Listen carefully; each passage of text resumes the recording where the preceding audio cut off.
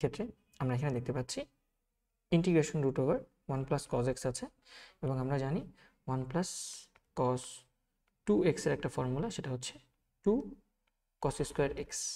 তাহলে 2x থাকলে সেটা x হয়ে যায়। এটা যেহেতু কজ এক্স আছে, তাহলে আমরা এটাকে লিখতে পারবো integration root over 2 cos square x by 2। এখানে যেটা থাকে সেটা অর্ধেক হয়ে যায় ফর্মুলাতে, তাহলে এটা x ছিল, 2x থাকলে x লিখতাম, বাট এখানে যেহেতু x ছিল তাহলে আমরা এখানে x বাই 2 লিখলাম। আর রুট আর 2 তো আলটিমেটলি বাইরে থাকবে, আর রুট আর স্কোয়ার কাটাকাটি যাবে, তাহলে আমরা বাইরে লিখতে পারি, বাইরে থাকবে শুধু শুধু রুট ওভার 2, ইন্টিগ্রেশন এখানে হবে cos x বাই 2।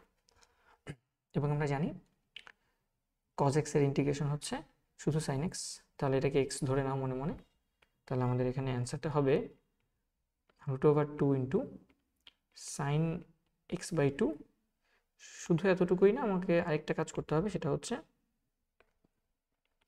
যেটাকে মনে মনে এক্স ধরে নিয়েছিলাম ভাগ দিয়ে সেটা ডিফারেন্সিয়েশন লিখতে হয়।